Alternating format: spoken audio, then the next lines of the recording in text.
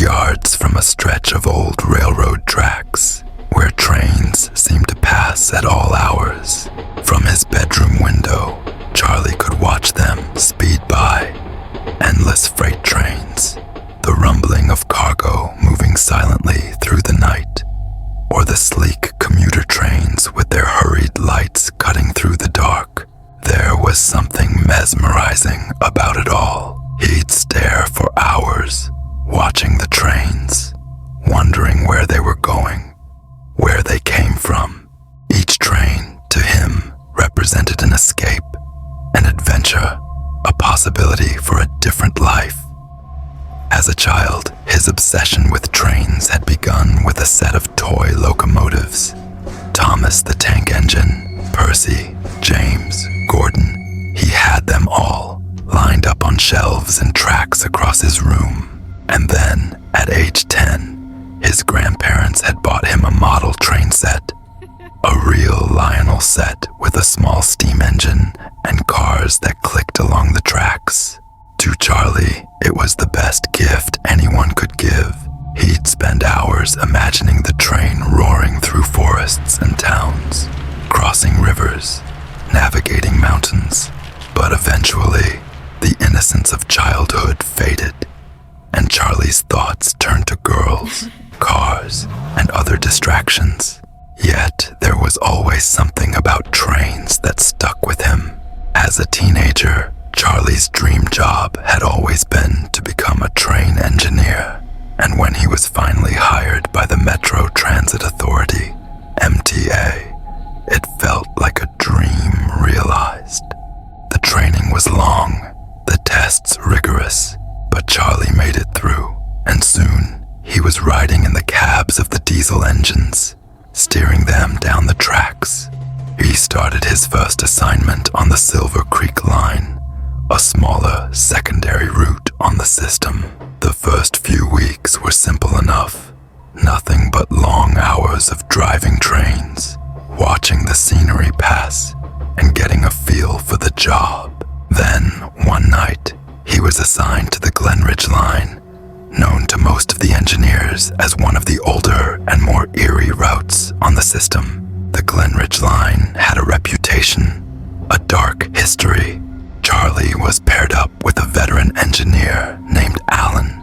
Alan had been with MTA since the beginning, back when the city had taken over the old railroads and started the commuter service.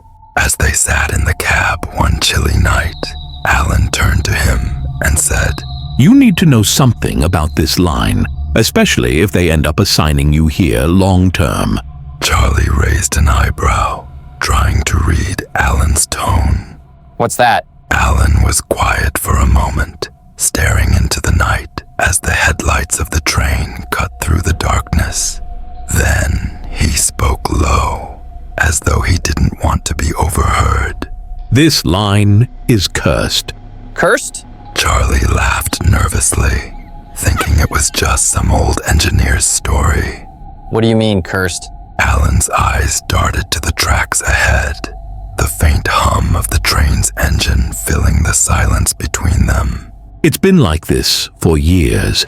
The tracks run over land that was once owned by a man named Robert Wade back in the 1800s. The railroad built the line across his land, and he didn't take kindly to that. He tried to get them to move it, but they wouldn't.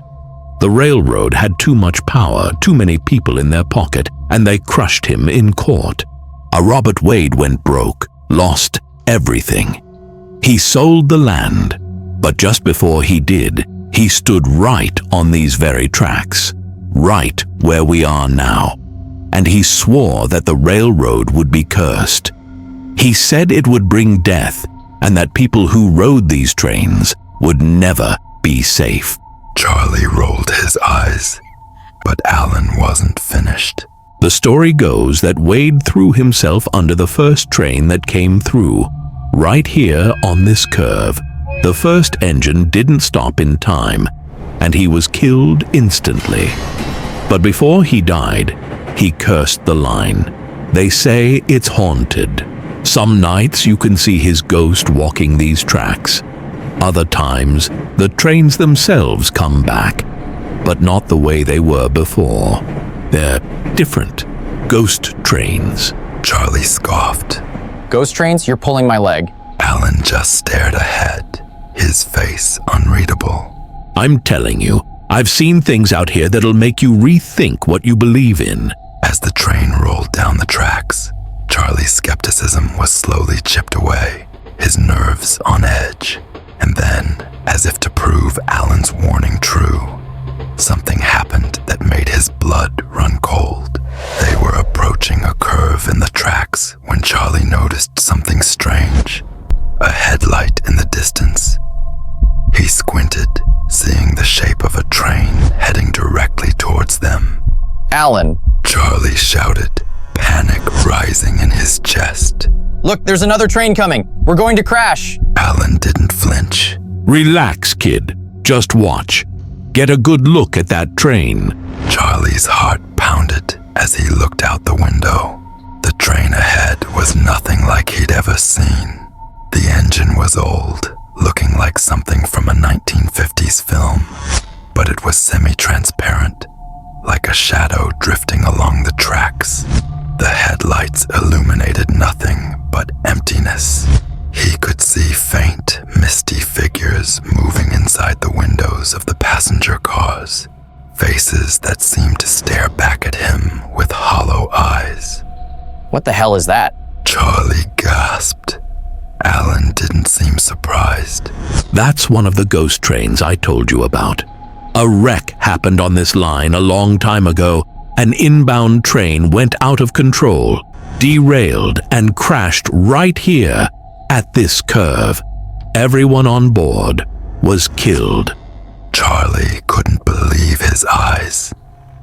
The ghostly train passed through their own engine like it was nothing more than a wisp of smoke, leaving behind an unnatural chill in the air. For a moment, the entire cab was surrounded by an eerie darkness, and then, just as quickly as it had appeared, the phantom train was gone. That's impossible. Charlie whispered. Alan simply shrugged. I told you, it's one of the few you'll see out here. There are others too. Headless trainmen, strange lights on the tracks, but you get used to it after a while. But Charlie didn't get used to it. In the days that followed, each night on the Glenridge Line felt like a waking nightmare. He saw the ghost trains more often, and sometimes the air would grow thick with the smell of smoke and iron. He began to see shadowy figures moving in the periphery of his vision, ghosts of passengers from long-forgotten wrecks. By the end of the week, Charlie's nerves were frayed. He couldn't sleep. He couldn't eat. The terror that gripped him on those late-night runs began to feel real. Too real. But the worst was yet to come. On the last night he drove the Glenridge Line, the train lurched to a sudden halt, its brakes screeching.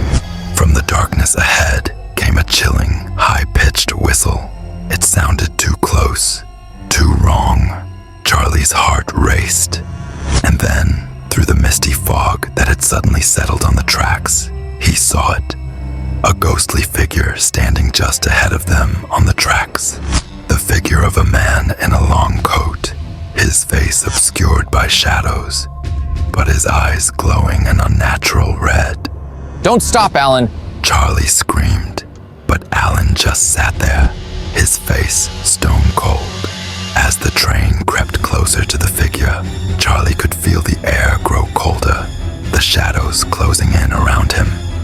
And then, just as the train was about to hit the ghostly man, the entire train bucked violently, and Charlie was thrown against the controls. The last thing he saw before everything went black was the man's hollow eyes staring directly at him. The next morning, the police found the wreckage. No survivors, and when they looked inside the wrecked cab, they found Charlie Miller's body. But there was something strange. His eyes were wide open, frozen in terror, and there, written on the walls of the train in his own blood, were the words, "It never stops. The ghost trains always come back, and just saw the glare